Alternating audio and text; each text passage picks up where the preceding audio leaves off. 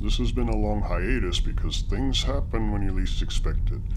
Whether it be new AI discoveries, getting hit with unemployment, or finding something to keep you happy and sane, I have the examples needed to show off the importance of artificial intelligence and how it can properly be used. Before the age of Wi-Fi, Pokemon Showdown simulators, all we had were Game Boys with batteries, and the only way to really practice was with a Game Link cable and someone else. A fun fact, as a kid I got really mad when my Game Link cable opponent predicted me.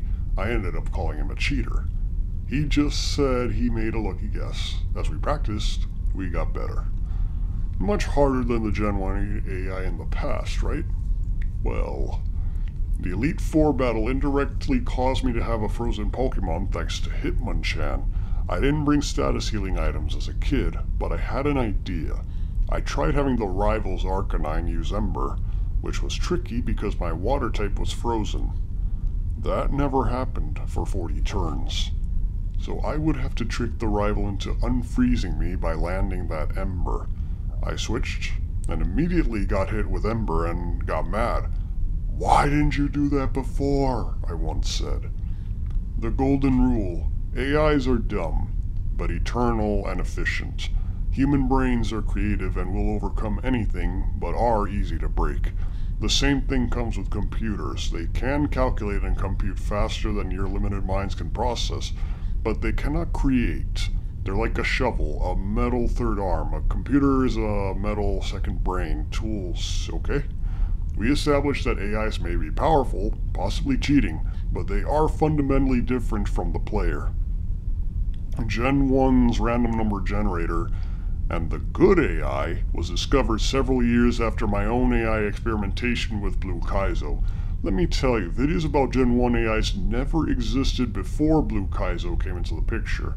If there is anyone who was familiar and have tested the AIs the most, it would be none other than I, sinister hooded figure, the most evil and sinister of all PokeTubers. Damn it, that was close. Anyway, let's talk about the Gen 1 AIs to compare with future generation AIs. Functionally, there are 5 types of AI, when I initially thought there were only 3. I only discovered the 4th one when I learned about a quirk with Lorelei's main AI. First tier is the pure random number generator. Wild Pokemon have this, and so does the youngster and the cue ball. That means any move, including main status, can be reused over and over. This, of course, is the most basic of them all. Second tier is the status check AI. This feature that the majority of the trainers have. If you have status on your Pokemon, they will never use a status move, apart from Leech Seed and Confuse Ray, which technically do not count as status moves like Sleep Powder or Thunder Wave. Those non-damaging moves like Leer, Substitute Confuse Ray, Amnesia and Leech Seed are in the same category as attacking moves. Nothing will stop the AI from using these, and they all follow type charts. This is important for later. There is a third tier, the Recover AI. Rest and Recover actually have a subroutine to be automatically and always used, usually on the second turn. I only encountered this with the lab man during hacking, much to my misfortune when hacking Blue. I didn't even know it existed because the scientist does not have recovery moves on normal gameplay. When I save state over and over trying to proc another move, it will always use Recover. Finally, the last and most important tier, the Good AI. If the move is not very effective, it will avoid using that not very effective move. However, 2 moves outright bypass that not very effective check in certain situations. Psychic and Nightshade, depending on how many types of moves there are. I have tested this with Alakazam's T-Wave, Recover, and Psychic, and it doesn't spam Recover when faced with a Psychic type. However, Mewtwo's Blizzard, T-Wave, Psychic, and Recover gets stuck against Slowbro, forcing it to use Recover constantly and failing. Hence the switch to Body Slam. The other aspect would be the super effectiveness. Any move that is super effective against you will always be used. Makes sense. You want Fire Blast to hit your Venusaur but not your Gyarados. It will go random if both are not very effective. However, this impacts non-damage moves too.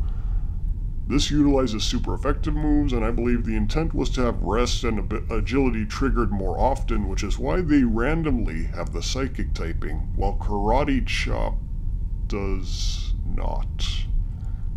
Good AI, the infinite reasons why I have removed the stat-up moves from the enemies, except Slowbro's Amnesia. But why is it called good AI? Because of my evil genius creation, Blue Kaizo. Let me show you how Blue Kaizo and I have memed this primitive AI into good AI. Status moves are impacted heavily by good AI, such as Sleep Powder, Poison Powder, and Thunderwave. Only Thunderwave is positively affected. It needs to avoid those ground types, because those ground types are immune to Thunderwave. Sleep Powder is slightly affected negatively by good AI that would work much better as an RNG AI. However, Poison Powder should never be used if you want a tough ROM hack. Poison is very weak status in general, but it hits grass and bug types super effectively, which usually has the subtype Poison that is immune to that status. The main point though is that if you tried switching, in comes the Thunderwave. If you tried the Pokeflute, in comes the Sleep Powder on the right turn. See, the AI behaves after you made the first move and reacts to you. No other AI beyond this very primitive programming generation does this, and it is a source of grief even in the original RBY. Blue Kaizo exploits this for all it is worth. Remove all the stat-ups, leave in some capable stats on both sides, and with limited space, I have created enemy Pokemon with the most optimized movesets in the wild among trainers and you. This even frees up space for gym leaders, which can abuse their godly AI. But that is not the end of the story. Each and every trainer has a sub-AI that allows them to do a couple of behaviors. You may have noticed bosses tend to use healing items, potions, and the stat-ups, among others. I shall list each one from backwards because things will get interesting. Champion Gary's Full Restore AI. This is rarely used, which may make you believe I'm gonna beat it, but then he heals in the end. It made me cry when I was stuck with Venusaur. It can heal, freeze, and sleep, making it B tier. Lance's Hyper Potion. He really spams the Hyper Potion. And around that level, that is about enough. Like, spams it almost as much as Hyper Beam. Not really, but he spams Hyper Potions more. Even at level 100, this heals a significant portion, so this can actually be a solid B tier healing item. Agatha AI. Agatha is an especially interesting case as she is the only one of the two trainers who merges healing items and switching. She switches randomly, but heals at low HP. This is a very top tier AI, even with the low potion usage. This would be the perfect S tier AI to use early game, but kinda silly a bit later, B tier. You could just stick with the Jugger once you get to the higher levels. Bruno, the X-Defend AI. I shouldn't be judging this AI type by itself, but they are so often used by things that shouldn't be used by that. And honestly, this is more D tier than anything, because it's easily exploitable. Lorelei's Super Potion. The frequency of using the Super Potion is much higher than the previous trainers that do so. Still, not very useful late game, but it's an okay C tier, like, for early game. Gary, Potion. You can laugh at how late he uses it, but the very first use was the SSN. Still, Super Potions completely outclass this, obviously, and he doesn't even use the potion that often. Still, with how late he uses that, and it's a potion, it's definite D tier. Giovanni AI, the guard spec AI. As if his team wasn't easy enough, he will give you so many openings just to use guard spec, which might be imposing on another Pokemon that doesn't have a 4x weakness, or better attacks. It's a bottom F tier, though. Blaine, the Super Potion. Unlike the others, Blaine's Super Potion is meant to be used as soon as possible, even at full HP. Whoops. This is a special level of bad. We can definitely confirm F tier. Sabrina AI, the Hyper Potion. This is more B tier than anything, but Lance AI exists. Koga's X attacks. It's scary on sludges and the combination of minimize and smokescreen, but if you raise the levels, they can screw this up by using haze. Still, self-destruct is terrifying. As far as X items go, this may be the best one, but not something to use often as it is still D tier. Erica AI, Super Potion. The first use of Super Potion and not that useful. C tier. Surge, the X speed. This might actually be mildly scary, because that means he will attack first the next turn. On anything else, this might have use, but paralysis screws it. But it is the only one that I maybe consider C tier, but very, very low. Misty, X Defend. And more like XD tier. Still, it is scary on a Starmie. Brock, the Brock AI, Full Heals AI. This special AI is the hallmark of why Blue Kaizo has truly notoriously difficult boss fights. You can't poison the rock types Brock has, which is the intended purpose, and can be AI exploited by Poison Powder and Leech Seed, since it doesn't stop Leech Seed. Yeah, you want to use bans for Leech Seed in that case. However, this means Freeze will fail and Sleep will fail. Only Paralysis spam may slow it down, but nothing more than that. This is an A tier AI for sure. One thing to note is the Juggler, who can randomly switch Pokemon, hence the juggling aspect. This counts as a low A tier AI, as switching is something the AI in future gens rarely ever do. Most other trainers using unique AI types are just trying to be bosses like X item usage. However, there is one trainer that stands far above the rest. Enter the female Cool Trainer AI. This is perhaps the most powerful sub-AI in the whole game, combining two of the best features, the ability to use the Hyper Potion, but the ability to switch at low HP, meaning it's consistent. The only random element is to choose between healing or switching. Fiddling around with how many item healings, you can just have her switch at low HP. But unpredictability has made the female Cool Trainers, and basically all the Cool Trainers in Blue Kaizo, and the Rocket Grunts incredibly formidable. This is a Tier A AI. For reference, Tier A, the Cool Trainer female AI, Switch, heal low HP, Brock, the full heal AI, the Juggler AI, which is the random switch. Tier B, the Champion AI, which is the full restores, the Lance Hyper Potion spamming AI, and the Agatha Super Potion switching AI, useful for early game. The Tier C, Super Potion AIs, maybe the X Speed. Tier D, the X Items, the Potion AI. Tier F, the Blaine AI, the Giovanni AI. All of this was done in hex editing using disassembly resources and the offsets. They come in 3 letters, I searched for them, and this is something you'll have to learn yourself. Hence why Gen 1 hacks are extremely rare. Similar principles in Gen 2. Now, Gen 2 AI is the most cooperative AI and the easiest to figure out and edit if you have resources. So the Attack AI, Super Effective Boom AI, and the Coverage AI are the ones you need to know the most.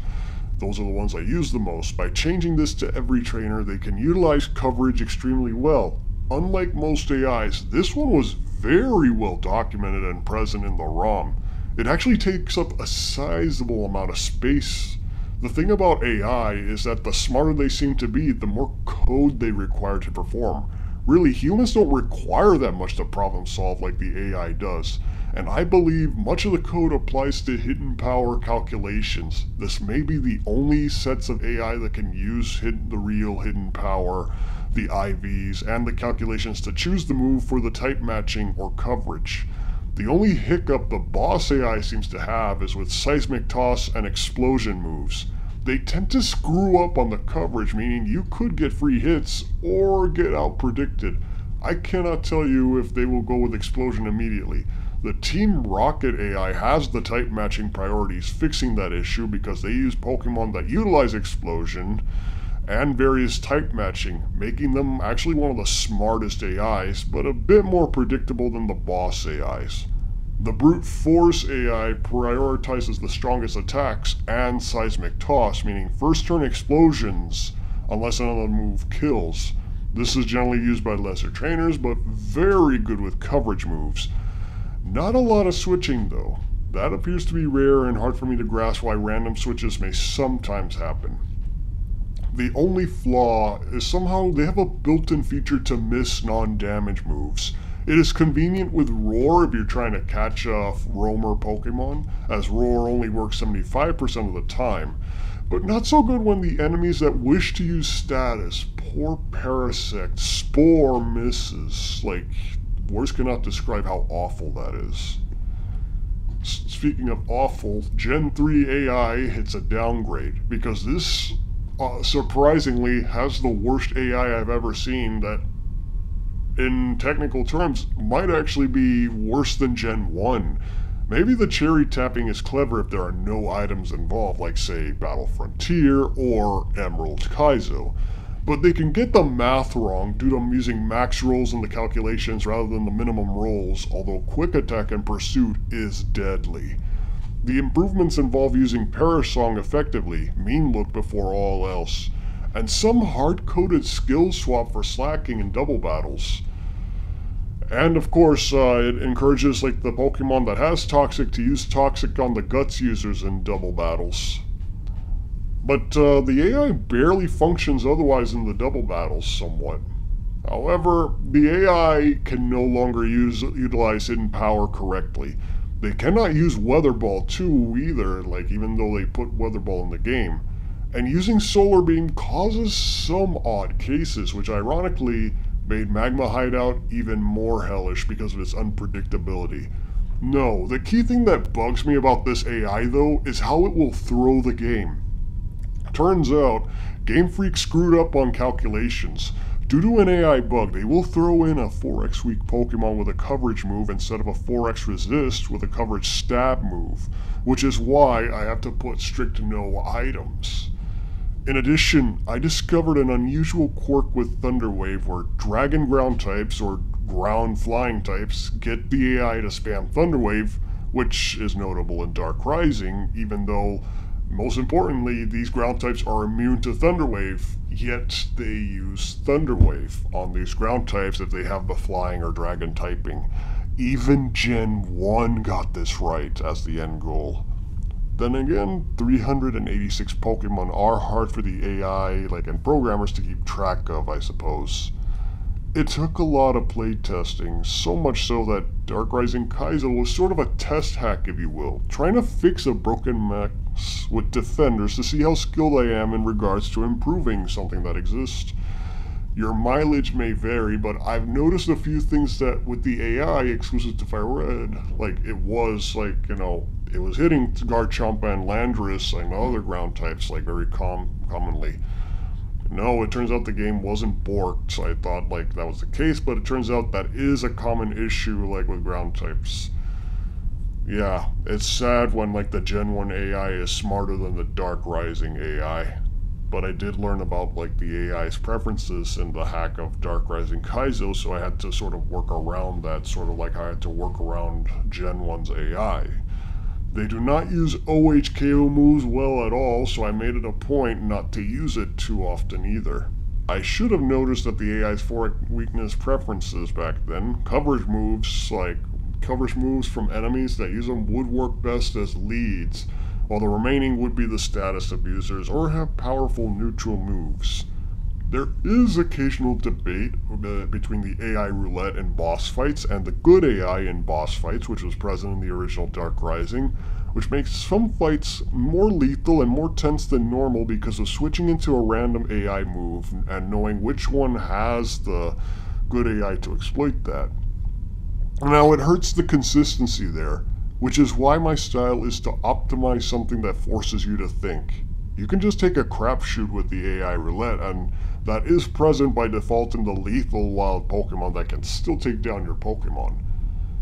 Now, for Platinum Kaizo, what I'm hoping about the Platinum AI is that I can possibly determine if there are unique strategies, preferences, switches, or if they otherwise behave like Gen 3 AI. Diamond and Pearl AI is actually not that good. Like, it's noticeable in the Elite Four, always using some odd move choices, except for Cynthia. She's still a beast. There is still that pesky possibility of the Stealth Rocker being the last Pokemon set out, because the AI are simply not using the move. One way to alleviate the poor AI choice is to dedicate a lead to set at least one hazard, spikes at the minimum.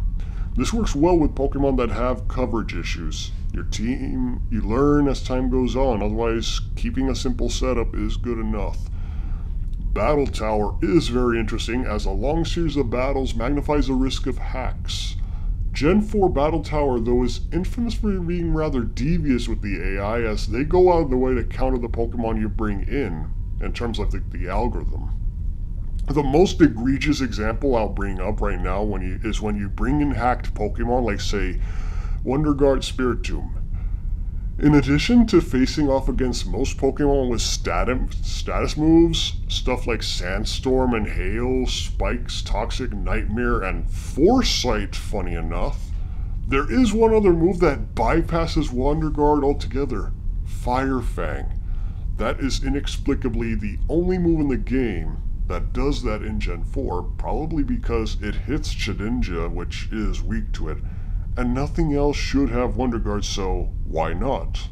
So expect to see Houndooms with Fire Fang, Arcanines, Flareons, random Pokemon with Fire Fang, etc., for the sole purpose of countering your attempts at cheating with WonderGuard. That is the power of AI algorithms. Now, in terms of game comparisons, I have to bring up one comparison to one other game which is by far the worst offender than Battle Tower. Mario Kart 64 100% cheats in terms of rubber banding, and there's a video with evidence detailing how the AI worked to ignore obstacles and just, okay, then they turn invisible, speed up to their positions, avoiding any obstacle whatsoever. The 7 cards are literally dots and positions, returning to their original placement, with first, second, and third only hitting that player's face, like so that they don't know or see the opponents were cheating. There's a whole video on that, and people say Pokemon Stadium games were unfair.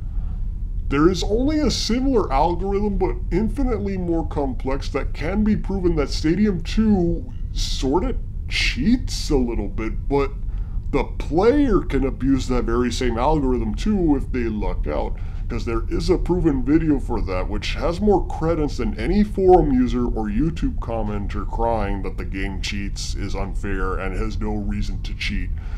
But as you can see, the AI is dumb and very limited to what its programmer can do.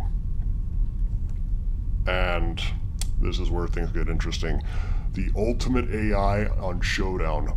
Much to my horror, though, there is one such dedicated programmer who invented an AI that can theoretically win battles against human players. There is a video for that. It is similar to the chess AI, which I would have thought would have been much simpler to make an algorithm for.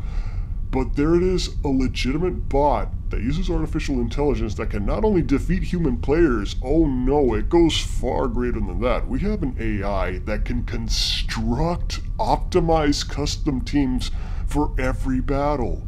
The AI can distinguish newbie players and top-tier ladder kings, and the AI can then ladder up. Words cannot describe how incredible that is. You have to take into account 700 plus Pokemon, thousands of moves, combinations, sets, team compositions, enemy team compositions, moves, VGC of all things, the double battles. I mean, look at the Wi-Fi battlers using gimmick teams to own most players. And yet this AI can come in and you wouldn't even realize it was an AI. It is no exaggeration that this AI is the single most advanced AI I have ever seen. Movie AIs, bots, and even corporate algorithms don't come anywhere near close to the complexity of this college student's Wi-Fi bot. The person would have to be quite good at Pokemon, be exceptionally good and dedicated at programming, very vigilant, and taking lots of time on his hands to test all of that, and even then it would take a truly unique mindset and willpower to use these skills to pull that AI off. I wouldn't know how long that AI really took, and for something like that being recreated would be like catching lightning in a bottle. It's not very doable. Now, AIs can improve in the future. This one is the most contestable theory on computer AIs. The moral of the video is that AI cannot exist, evolve, or update without a programmer. Thankfully, you don't have to worry about robot takeovers. Just watch out for sociopathic people trying to do that with technology. So, your Patreon supporters helped me buffer against one of the inevitable rainy day situations with real life. It has been very difficult to make content as of late, as I am in the process of ROM hacking and battling with real life issues going on, but I do wish to continue making some of the videos, so I encourage everyone new here to check out my Patreon, as there are exclusive videos and chats for patrons now, and I thank you all for watching. Enjoy your day.